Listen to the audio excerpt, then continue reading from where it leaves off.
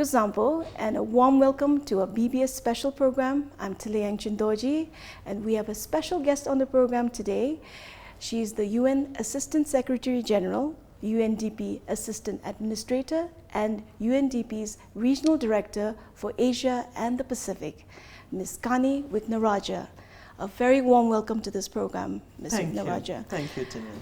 And, well, you've been to Bhutan thrice now. This is your third visit. That's right. And you mentioned in during the launch of the Global Human Development Report 2022 that you have visited Bhutan. The first time you did so was when you were fresh out of graduate school and you graduated from Princeton University. And we would like to know, because the audience, we always want to get familiar with our guests.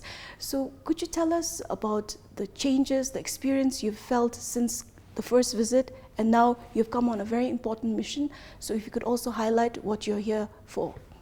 Thank you, and it is amazing for me to be back. I seem to come back every 10 years to Bhutan. That first time was indeed when I first joined UNDP, and it was very different. I remember the drive from Paro to Thimphu, and Thimphu was one street. One street. And there were some beautiful old buildings on this street, and I was staying in one of these. It was a government-run inn hotel, and rice fields on both sides. And every morning, I would be able to walk, and I would be watching. There were children, people just getting on with their lives, animals. And there was just a serenity. There was a real sense of balance, everything working with each other. So then I come back about 12 years later, and you see a few more buildings, few more roads, and a little more hustle bustle on the street. Some cars, which earlier, there was hardly, everyone was walking. And then I'm back now, and so much more. This capital city has grown, obviously, and it's you can see as modernization moves and progress moves, it's a country also grappling with how to hold on to some of that balance, and to make sure that the country doesn't lose that amazing sense of being one with nature, with just a sense of the spiritual, the values, while it has to modernize. I think there's an amazing realization among the leaders, among young people, that they've got to move forward. How do you do that at a pace that doesn't destroy the past, just takes the best things from the past, and takes Bhutan into its next chapter. Oh. And when you describe the rice field, even I miss the serenity that the rice field, it was just eye candy for me to see the beautiful rice harvest, the paddy swaying in the wind. So that we miss now. You see a lot of building in its place. Ms. Kanni, you were very adventurous this morning. You were on a chopper ride to Lunana, and there's a special significance behind this. So what really took you to Lunana, and if you could share your insights from the trip and your message for the world? No, I mean, for me it was such a privilege, and I am just back, so I'm sorry I'm in my mountain gear. My mountain gear, but it was very, very special. First, I think it puts at the center of attention the impact climate change is having on the country. And this is a country that has such a small carbon footprint, right? Bhutan has not created a climate calamity. It has not contributed to this massive, aggressive climate change that we're seeing. And yet, parts of it are being destroyed. I mean, just the fact that we're seeing disappearing glaciers. And to me in Lunana, that was something that was so stark, because Lunana, is one of the highest, maybe one of the highest community Right. settlements Yes. in the world, not just in Bhutan. Over 4,000 meters, I don't know how many settlements there are. But the fact that it's surrounded by these amazing glaciers, but which are melting at such a rapid pace. And yes, there was a very destructive Gulf event in 1994 Yes. that destroyed so much along its wake. And so you see this community, Thanji village where we went, they have, if another event like that happens, a outburst, a glacial lake outburst, they will have 20 minutes to get to safety, right? So it's, and they have had nothing to do with this. This is not their choice. This is their ancestral lands, and they want to live where they live. So it was, you know, you look around, it's spectacular, and you think, my goodness, the amount of damage we're doing to our environment. And that's happening from people outside of this community that is the one that will be destroyed. So I think the fact, you know, the beautiful movie, Yak in the Classroom, I think brought Lunana to a global, you know, suddenly people had eyes on Lunana, right? Right. And were interested in what's going on there. I just hope that that helps to show how, while it's beautiful, how fragile things are. And we've all got to help. We've all got to step up as a global community to see what we can do to mitigate the negative effects of climate change, but also to adapt, to change the way we produce, the way we, our energy, you know, supply has to change. What we consume has to change, our transport. So it really was a stark reminder while there, surrounded by this magnificence of nature, that we as human beings, this is the era of the Anthropocene, right? It is our era as human beings, and we are destroying everything around us. So we have to give our environment, nature, a chance to regenerate. It's just like we want to take a rest once in a while. Yes, yes. We should allow nature to take a rest as well. You know, let those glaciers form back again. And if some, the trees, look at the receding tree line on those mountains, you know. So I hope that it brought and brings attention to these set of issues of how do people live with nature, prosper, but at the same time don't destroy our natural assets. And I hope that's a message I bring back. I've heard it also from the leadership, including from His Excellency the Prime Minister, a number of the Linpos. They're all looking to see how to reset where Bhutan can grow and prosper, everyone, but while protecting this amazing natural kingdom that is gifted to this country. Oh, that's wonderful to know your insights, Ms. Wignaraja.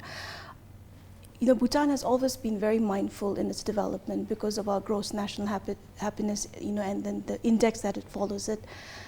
And I wanted to find out that climate change has been also one of the recurring themes in the human development reports.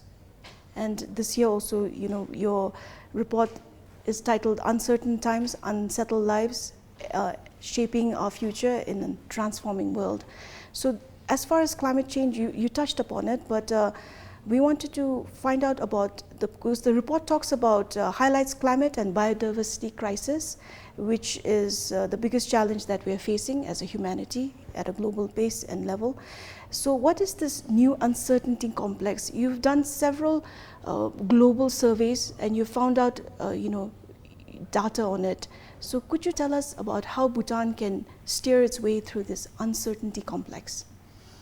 You know, I had the privilege of launching the Human Development Report here in Bhutan. It was such, it felt very special and very right to do it here.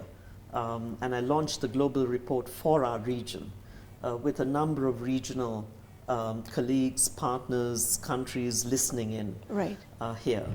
And what we've found is that when you've got a world coming through 2 years of very harsh implications due to COVID, you've got a war in Ukraine, you've got conflicts going on in parts of the world. And then on top of that, you put this intensity of climate change and natural disasters just coming, layering on top of this. It is not unusual that the world, no matter where you are in the world, people feel a tremendous sense of not knowing what's next. And survey after survey that we did behind what you see in the Human Development Report really brought out the fact that we've always lived with some level of uncertainty, but first that has just skyrocketed. It's very hard to see. Things are so unpredictable now. You don't know what's going to hit you next. Oh, yes. Who thought there's going to be a war in Europe, right? Yeah. So and now with the cost of living crisis that's gone up, but also I think a sense of hopelessness that people felt during COVID, you know, that you couldn't fight it. It was out of your control. You know, this virus was taking over. I think for a lot of young people, it was that loss of hope, that loss of being able to see a future that's theirs and in their control. So while a country like Bhutan and many others are trying to put back more green economic policies, looking at energy equation that relies more on renewables, looking at building back health systems. So if we are hit by another pandemic or epidemic, we are ready, right? While all that is happening, I think this sense that at the heart of it, we have to address this deep sense of anxiety that people are feeling.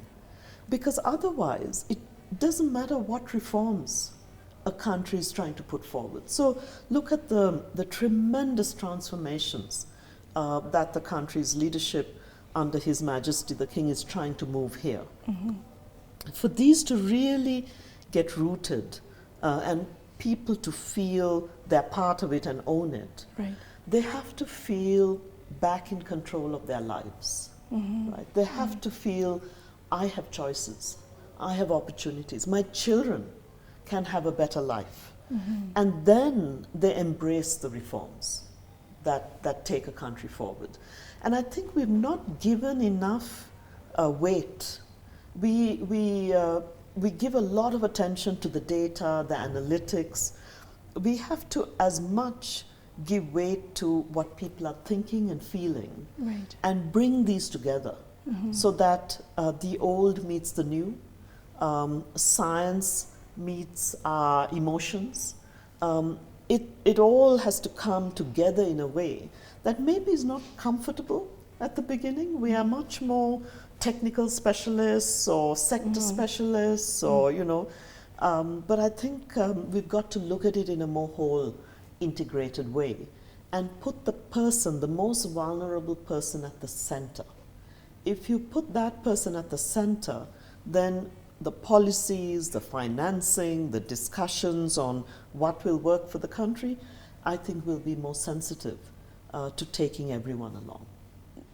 That is definitely something that we should discuss at policy levels, even the grassroots levels, because the sense of hope is what humanity survives on, really.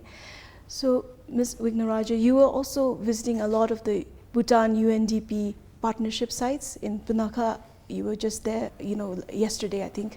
And, you know, the partnership between UNDP and Bhutan is so crucial to development because you provide a lot of expertise. So where do you see the partnership between the UNDP and Bhutan heading in the future? You know, I am very proud of my UNDP team here. They're an amazing group, and under Azuza's leadership, they've come together, and you know, they stayed through this pandemic to keep delivering for the country. So I'm very, very proud of them. I'm also very proud of the UN team here, of which we are a part. I think you know, countries could see around the world, but also here in Bhutan, that the UN stays through thick and thin. We're here, you know, and we stay with a country's progress, and we accompany it, and we try and support. We push sometimes, we stand back sometimes. And what I'm seeing with the UNDP program, and I've watched it over 30 years, of course, you know, yes, so I can see where it's adjusted, changed, and I think the work we're doing, which I saw in Punakha, but also in Thimphu, talking with a number of your leaders. First, I think the new economics, looking at economic development, not just driven by financial growth and wealth for a few, right? And really looking at more broader, open ways in which we can make sure that prosperity is for a larger number. So economic models that really are, that invest in people and in institutions. The second is to say, how do we put at the center, as I said, people who have been left behind. They could have been left behind because of gender, because they are in remote areas, because they are older or they are disabled. There are different reasons why people get left behind. Right.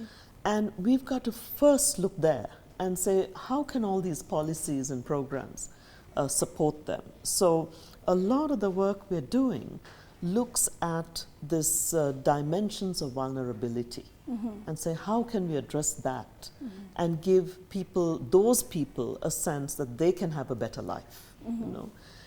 Then an area that was amazing for me is the whole area of solar energy. To me, Bhutan can be energy secure because it is blessed with the sun. And both the grid-tied solar, which I was able to see in Punakha, which is, I mean, it is astounding what that demonstration has done. And now that can be scaled. The government of Japan works with UNDP on this one. And a number of the national entities, government and now private sector, that will come in to support that. But in some places, like Lunana, where for the moment, because the grid doesn't reach there, off-grid solar, which now the technology is much better, will be critical, you know. I saw mini hydro working, which was wonderful to see that, because irrigation is so key in such a mountainous country, right, where water, it's a strange contradiction. You see water everywhere, and yet sometimes nowhere. There are places where water just doesn't reach because it's not close to a river. Right. And so the fact that one can irrigate with the mini hydro is also quite something. Adds to the food security as well. Yeah. And hence to food security. Yes. You know, yes. We should not be, I mean, of course we will always export and import products, including food. But we should not be dependent where a population's food security and hence human security is dependent on that. See what happened when we were shut down. You know, that should never ever happen again. So to have water through the year, I think is this question of water is going to be so central to we're already the seeing life. some drought situation here in Bhutan due to climate change impacts. Change, exactly, exactly. Yes. And then maybe my last point on this was visiting a district hospital. Okay. And seeing both what UNDP was able to do to help track and manage vaccines. You know, it was amazing that WHO, UNICEF and others came in so well immediately to bring vaccines into the country.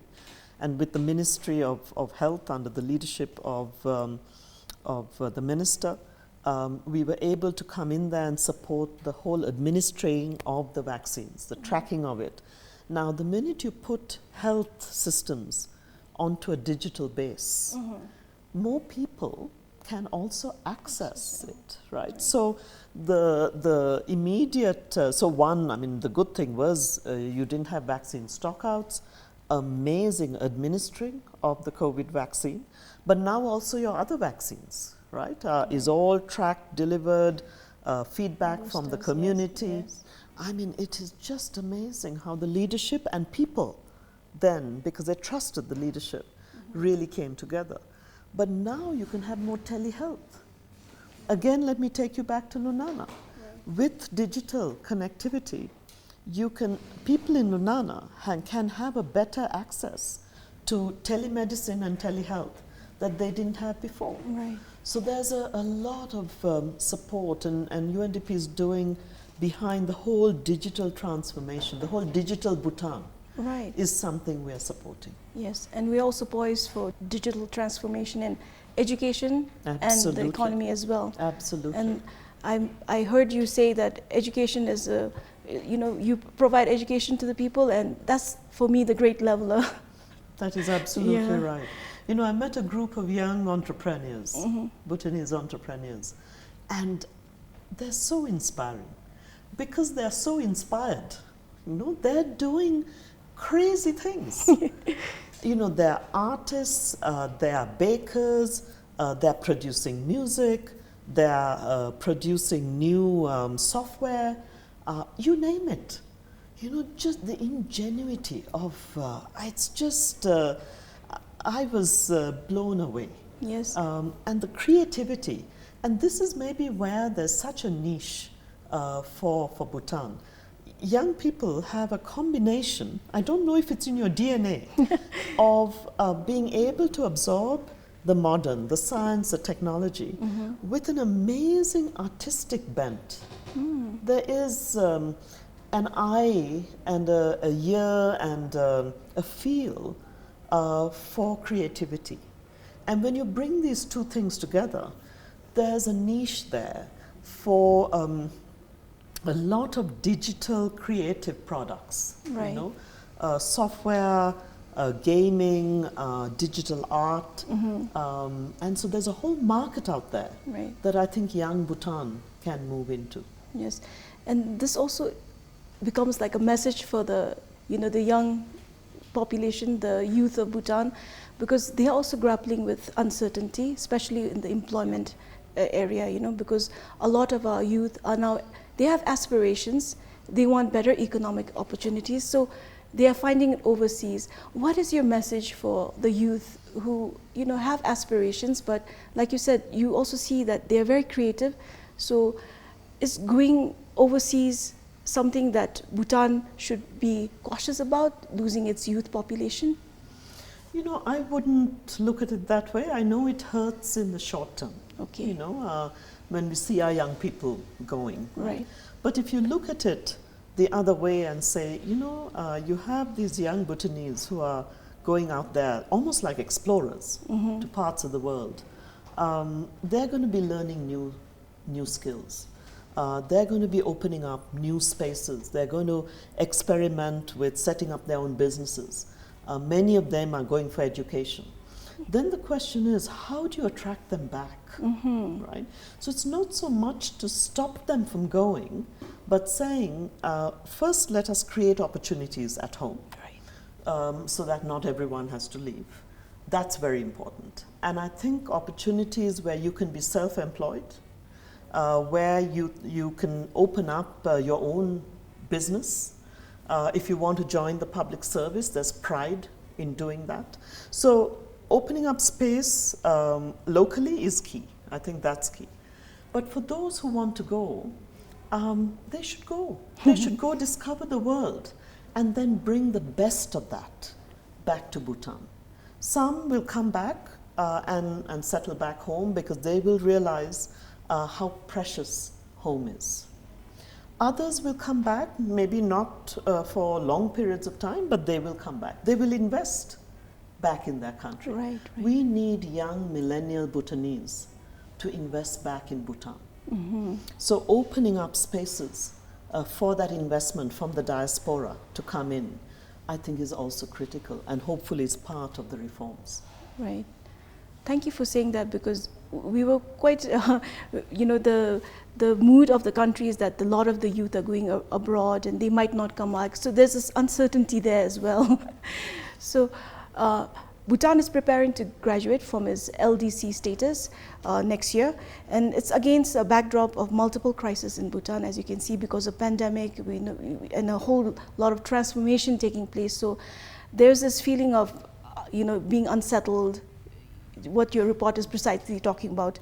So against all this things happening, what are some of the risks that you see in Bhutan, and how is UNDP going to assist Bhutan for a smooth transition when it graduates? Bhutan will be ready next year.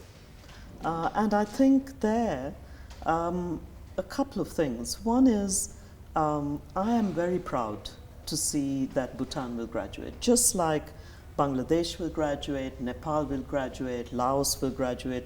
I think our countries in Asia and Pacific are on a different track. And they are not least developed. This was nomenclature of an older time. I think the issue is how to graduate and be assured, both because of partners of Bhutan internationally, being confident in investing in Bhutan, and Bhutan being ready for a global market. Yes, it is not a, it's a shaky global scenario, economically, politically, but the whole world is in that, And so the issue is, if Bhutan can make an offer to the world, that is unbeatable. And this country, if you think of the natural resources it has, this is rare, So it's a combination of young people's energy and creativity with leadership that comes from all over, all of you, that show that Bhutan is not just ready, but is going to lead in some of the areas that is more sustainable, that shows that you can grow in a way that doesn't destroy the environment, that takes care of the environment. And I think, for example, tourism. This is a place that is just ready for reopening to that ecotourism of really showing a very special way of how people and nature interact and almost protect each other. Right. So it is not going to be easy for some, but I think for countries that are confident that they have built up local resilience and some resistance to shocks. And I think a couple of key things there is education. You've heard me on this often. To me, that investing over and over again in education, all the way along the life cycle, to me is the best investment. And then having universal health care. Now, everyone can't get free health care. It is too big a burden. So people with ability have to pay. But the fact that one can have universal health care and hence a sense of insurance that when things go really wrong, you have good health care to back you, right? These two are critical things. And then the fact that you are seeing that the green economy, green jobs are growing, And I think for a lot of young people, this is their future. This is what they want. So I feel Bhutan is on the right track to move into its LDC graduation. Thank you so much, and we will leave on that optimistic note. We will graduate and we are ready for it. So Ms. Kanni Wignaraja, thank you so much for sparing your time to speak to us today. Your words of wisdom, the insights that you've laid out, we can definitely use them as Bhutan, goes through its rapid transformation now, and with people at its heart. This development with people at its heart has always been one of the gross national happiness principles. So thank you, Ms. Kanni Wignaraja, and I hope you come back to Bhutan with your family next time. Thank you so much, Cindy. Les, thank you. And that was the UN Assistant Secretary General, UNDP Assistant Administrator, and the Regional Director for Asia and the Pacific, Ms. Kanni Wignaraja, speaking to us, and we hope you took a lot of insights from our talk today. Thank you very much for joining us.